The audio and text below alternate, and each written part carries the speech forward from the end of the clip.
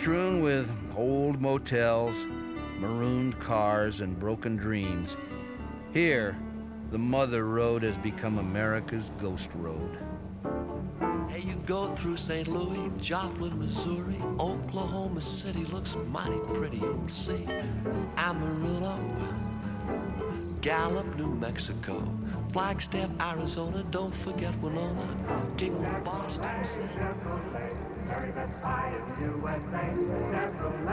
Chevrolet, what a great, big, beautiful car. Yes, Mr. and Mrs. America are on the move. Wall Wonders Chevrolet is their favorite. Only the sounds of crickets, the hum of distant interstate traffic, and the passing sound of the rare traveler break the silence.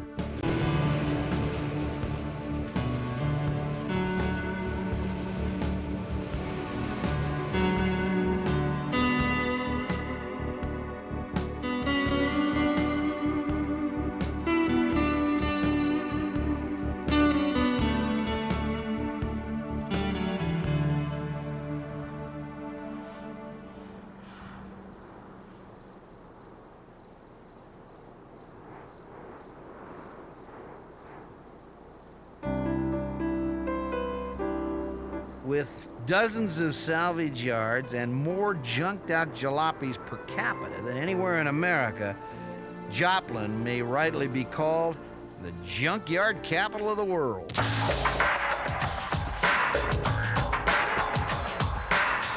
These sprawling yards are the sacred burial grounds of all the worn down, burnt out road warriors of Route 66.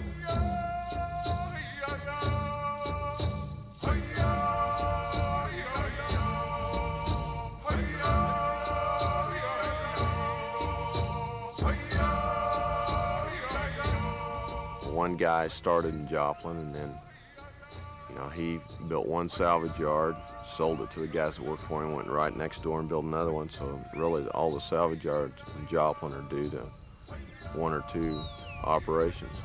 Since the 1980s, Mark Goodman has run a salvage yard in nearby Carthage, on the grounds of the old 66 drive-in. But even with such a marquee location, Goodman has found salvage yards a tough business to break into.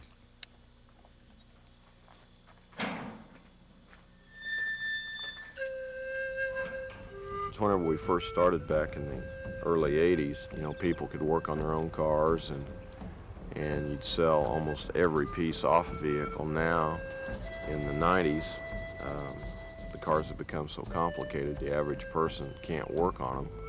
Goodman was beginning to see the big picture. With the junkyard era seemingly over, he decided to resurrect the 66 drive-in.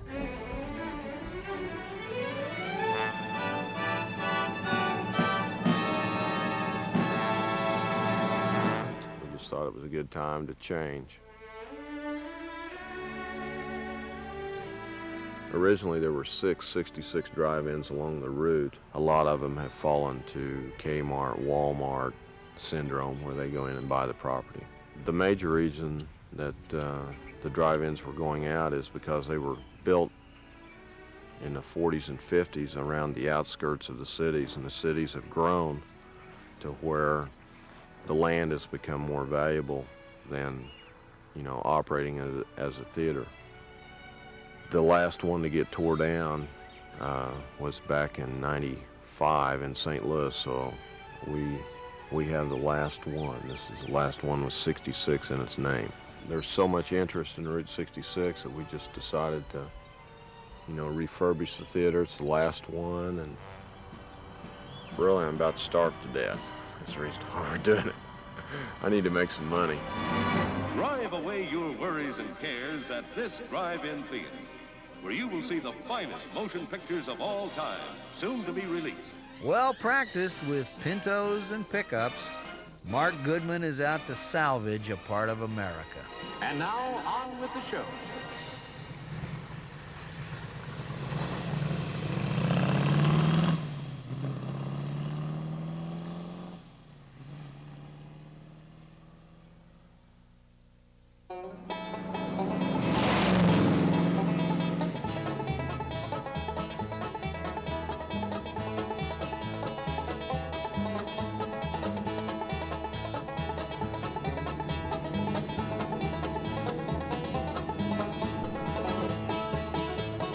Entering the sleepy little town of Galena, Kansas, you'd never know it was once a rip-roaring mining town and home to more than 15,000 people. Now less than 4,000 remain, and few can recount the day when miners' strikes and union wars left blood flowing down Galena's troubled streets. One of these is Howard Litch, a retired garage owner who now guards the town's memories in his small museum. His memorabilia ranges from old photos and war flags to a four-legged pickled chicken. It may not be the Smithsonian, but the collection is as eclectic and interesting as the owner himself. I am Howard Litch. I am the curator of this museum. The town was very, very good to me in giving me business. And I wanted to do something for this town. And this is what I had in mind. The museum is Galena's scrapbook, where local residents and visitors can join Howard in scrolling through the pages. One day I got the idea to make a basket out of a walnut. That boy worked for me in the garage 25 years. He took that flag off of Hitler's hideout. This right here, I have trees in my yard that has these things on them. I picked up some, brought down, stuck lead in them. Kids like this kind of stuff.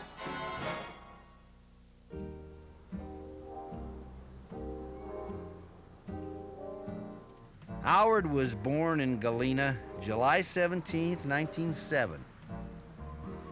His mother died of tuberculosis 11 months later. Howard's father worked in the local mines extracting a form of lead called galena, after which the town is named. His father forbade Howard to follow him into the mining profession, insisting that it was just too dangerous, both below ground and above. Everything in there is dangerous. They didn't have what they call hard hats, safety hats, like I have up here. They had cloth hats that you put a kerosene light on to work down near that ground. But if a rock fell and hit you in the head, you had no protection. So Howard opened his own garage and operated a towing service. Ironically, he was often called into the mines to rescue fallen victims using his tow truck winch to pull them out. I got one picture back there of a cave that a boy fell in, broke his leg. So I took a mining can, hung on the wrecker, went down, got him in there, let him pull him out. Howard worked as a mechanic along Route 66 for over 50 years. Well, it kept me out of bed. Oh, I had a wonderful business, mister. Sure did.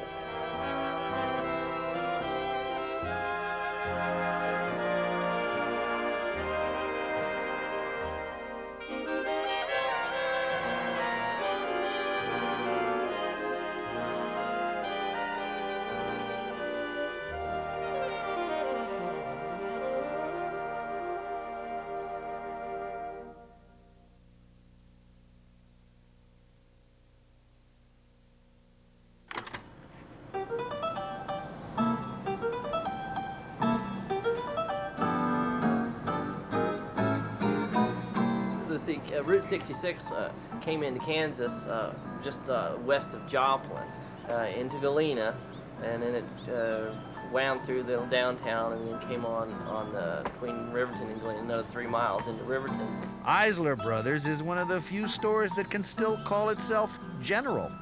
You can find anything in this place, from pumpkins to postcards, clocks to cola. The manager will even sing you a song if you ask him.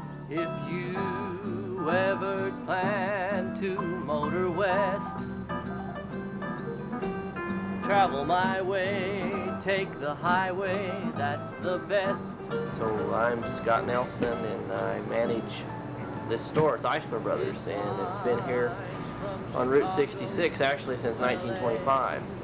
The year before Route 66 was named Route 66. So it's had different owners, but it's still been in business as a grocery since then. Get your kicks on Route 66.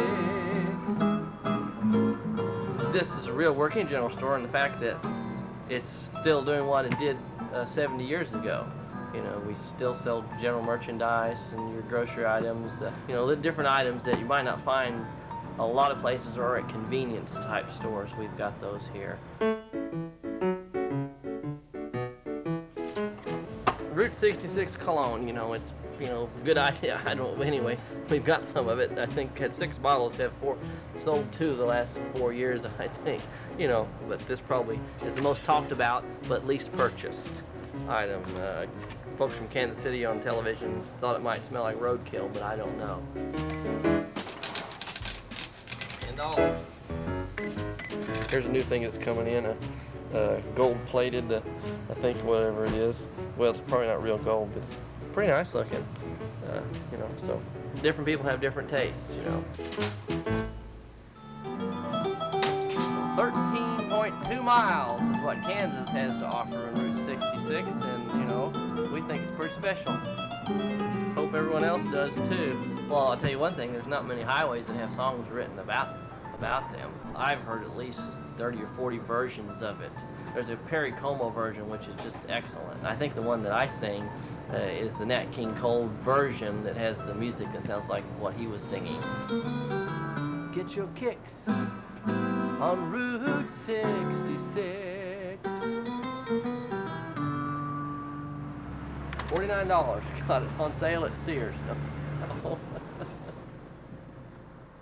On our way out of Eisler Brothers, our crew met up with Riverton local Dean Walker. Like Scott Nelson, Dean is a member of the Kansas Route 66 Association. I joined about 5 years ago. Didn't have anything to do, so I just joined it. But I've been having a ball ever since. I keep track of everything that goes on, like on the bridge. Come down once a day and check the bridge out, so people don't come down there and tattoo it up with their names and foul language, stuff like that. Well, the Kansas Shield by here's got 666 on it. We don't want, you know, we don't like to see that on the bridge and foul language wrote all over the bridge.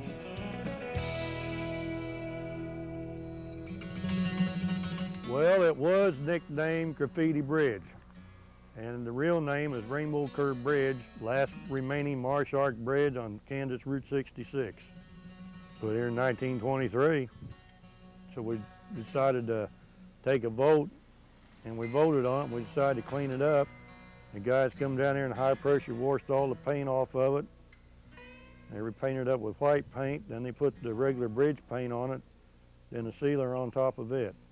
There's a $10,000 paint job on this bridge. With donations from the local community, the Rainbow Curve Bridge was finally liberated of its colorful and sometimes off-color past. Needless to say, the locals are pretty proud.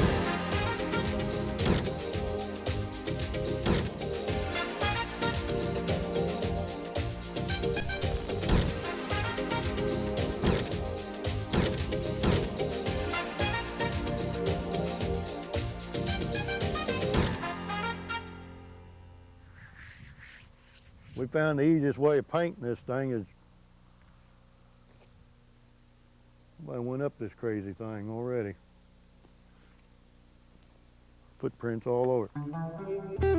Now, the battle for the bridge is far from over. You see, Graffiti Bridge was legendary around these parts, so when the graffiti was covered over, so were quite a few memories. One guy came down here and said he put his name on this back when he was in high school back in the late 50s. He didn't like for us to take it out, but we had no choice. We had to clean it up and paint it, so that's what we did. Some were so upset at the restoration that they rigged a bucket of red paint to drop on Dean's car when it passed through the bridge. So the graffiti busters retaliated. But we had come out here and spent like 6 o'clock in the morning to guard this thing all night long. Let me turn around and see what's coming over. Right above us.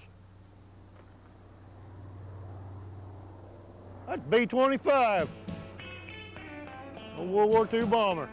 Pleased to see that he had found reinforcements to help defend the bridge, we said goodbye to Dean, to Kansas, and took off over the rainbow.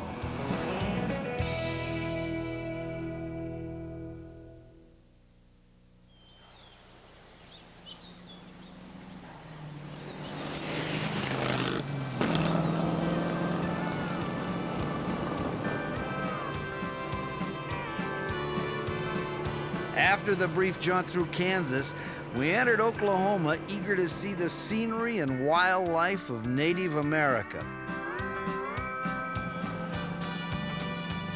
On the outskirts of Catoosa, we spotted what looked for all the world like a giant blue whale. And that's exactly what it is. While this whale may look to be near extinction, when we tracked down the owner, we found it's a symbol of enduring love. I think I'm the only woman in the world that was ever given a blue whale for a wedding present. You know, most of them would give you flowers, take you on a cruise. Who's going to build you a whale?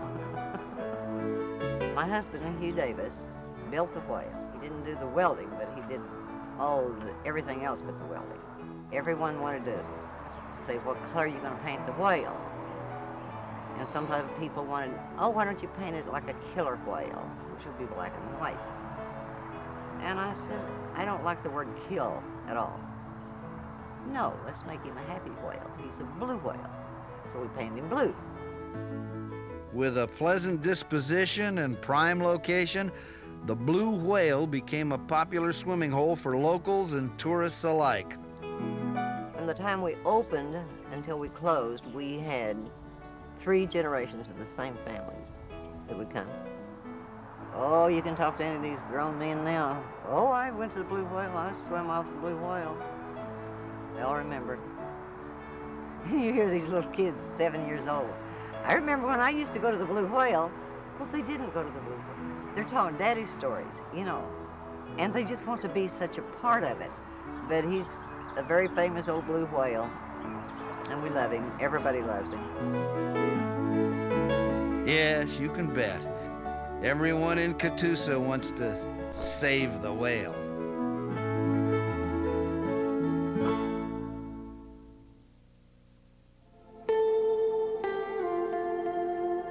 While the rest of the world was rushing to replace and forget Highway 66, a young reporter was still traveling and writing on the old road.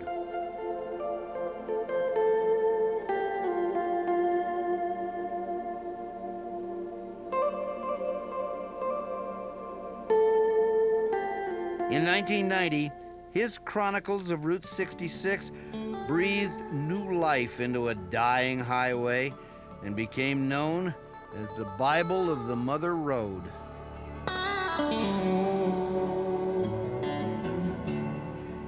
When Route 66 came out, there was a lot of publicity from the publisher and agents and publicists and media that this was 17 years of research and so forth. I'm not quite sure where they came up with that odd number, 17. It's actually more than that. I was 40-something when that book came out. It was actually that many years of research because it was all that experience from my psyche, from my soul, and it began really at my beginning. I was born very close to Route 66 up in St. Louis. The road became an indelible part of my being. It was the road we took to go down to the Ozarks on weekends. I did my first courting on Route 66, the drive-in movies. I hitchhiked it. After I got out of school and joined the Marine Corps, I'd hitchhike home from California. Later on, as a reporter, I covered all kinds of hard news and features, a lot of it on Route 66. I still feel that attachment to the road and everything it stands for. I still feel that I am truly a son of Route 66.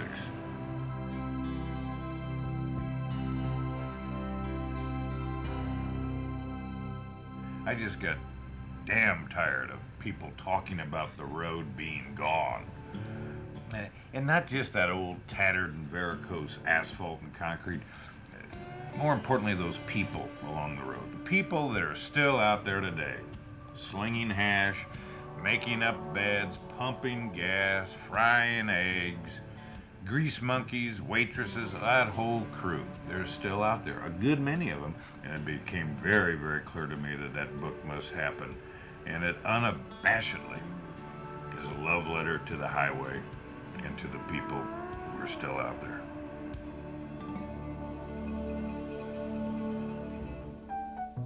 Today, Michael Wallace continues to pen tales of Western lore up in his special study, not too far off the Mother Road in Tulsa.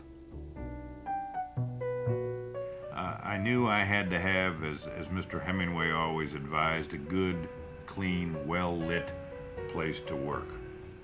And that's what I have here in this big old house here in Tulsa, Oklahoma. When I come up here, I know that I have some icons, some totems, some chalk.